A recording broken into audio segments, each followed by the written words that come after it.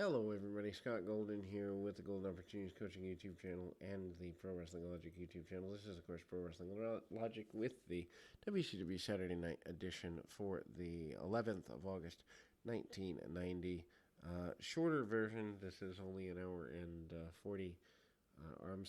44 minutes runtime, which, basically means that they were doing baseball at the time or something of that general nature. Anyway. This runs into a super, I guess you'd say, simple edition of the program. Rock and Roll Express out here in a squash match to kick things off. But before we get there, just an overview of the program. 60-minute episode including Jim Ross, Bob Caudle on commentary, featuring a pre-tape promo Teddy Long regarding Ricky Morton, Robert Gibson, challenging the NWA Tag Team Champions Doom, including a promo from Jim Cornette. And where regarding Brian Pillman and Tom Zink challenging for the U.S. Tag Team Championships, which Eaton and Lane following the week, featuring a segment of wrestling wrap-up with Jim Ross and Missy Hyatt, in which it's announced that Barry Windham would face Brad Armstrong following night on the main event for reviewing footage of the NWA U.S. champion Lex Luger confronting Mcflare and the TV champion Arn Anderson the following week. Ross also noted Flair would face Luger at the Clash of the Champions on September 5th, following the comments from Flair, in which he said he would take the U.S. title in order to get back to the NWA World Champion Sting, featuring a promo of Tracy Smothers and Steve Armstrong regarding the best 2 out of 3 falls series they have with the Freebirds at the time. But Morton and Gibson defeating Fred Avery and Pat Rose. Morton pins Avery following a double dropkick. During the bout, Morton and Gibson cut an insert promo challenging the NWA Tag Team Champions Doom. And they said they are going to get the gold at the upcoming Clash, and the Clash will feature 10 matches in all. Morton and Gibson, obviously a pretty basic run here. Arm drags, arm bars, and the like. Morton and Gibson obviously still riding the wave of the 80s, but by 1990 starting to cool off. Sid Vicious also facing Jason Nice, 237, beats him with an airplane spin into a power bomb, and kneeing Jason Knight of ECW fame, and kind of drops to one knee for the cover. During the bout, Vicious cuts an insert promo on World Champion Sting and U.S. Champion Lex Luger, saying that he wanted the gold, and after the commercial break, the referee helped Sid's opponent to his feet. Vicious returns to the ring and kicks Knight in the face after being helped to his feet, and Pillman and Tom Zink run out to be held back from attacking Sid Vicious, and Vicious obviously left out of the ring there because of that attack. And then, Sid Vicious at the time does look like a massive win for everybody involved. Brian Pillman and Tom Zink defeat Joe Barrett and Snake Watson 320. Pillman pins Barrett after hitting a splash off the top rope simultaneously onto both opponents, and during the bout, it's announced that Pillman and Zink would face the U.S. Tag Team Champions, Bobby Eaton and Stan Lane, the following week, which we've covered in previous run here. Super basic stuff. Pillman takes the majority of the match.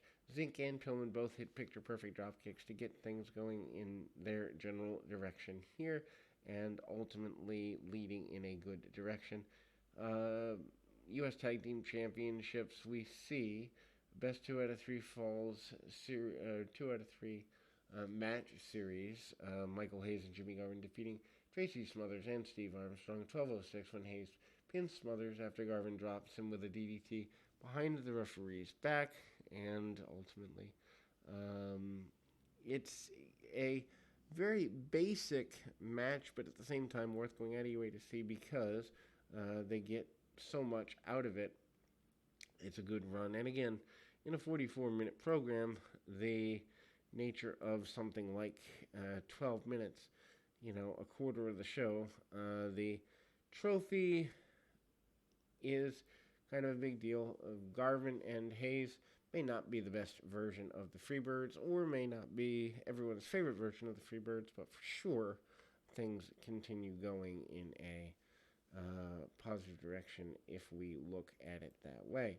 I mean, Tracy Smothers, a guy that I still would claim probably has not had enough of a good run here in terms of what he's capable of, but at the same time, I don't necessarily know that everybody views him as the guy that he truly is in terms of getting something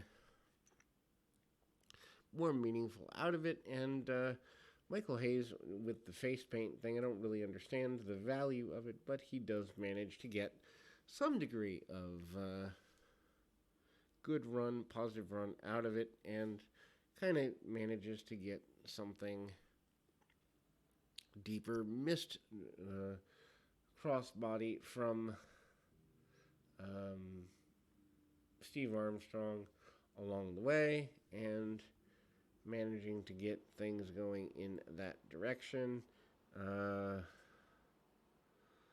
Then again, the match goes to the floor. Hayes takes Tracy Smothers into the barricade on the outside.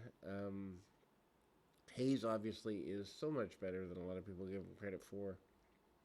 Goes back into the ring, drops the knee, tries to get as much as he can, and then manages to kind of hook up on Tracy Smothers with the reverse chinlock. Match goes probably not necessarily longer than it should because they're trying to fill time, and I get that, but a little bit of extra.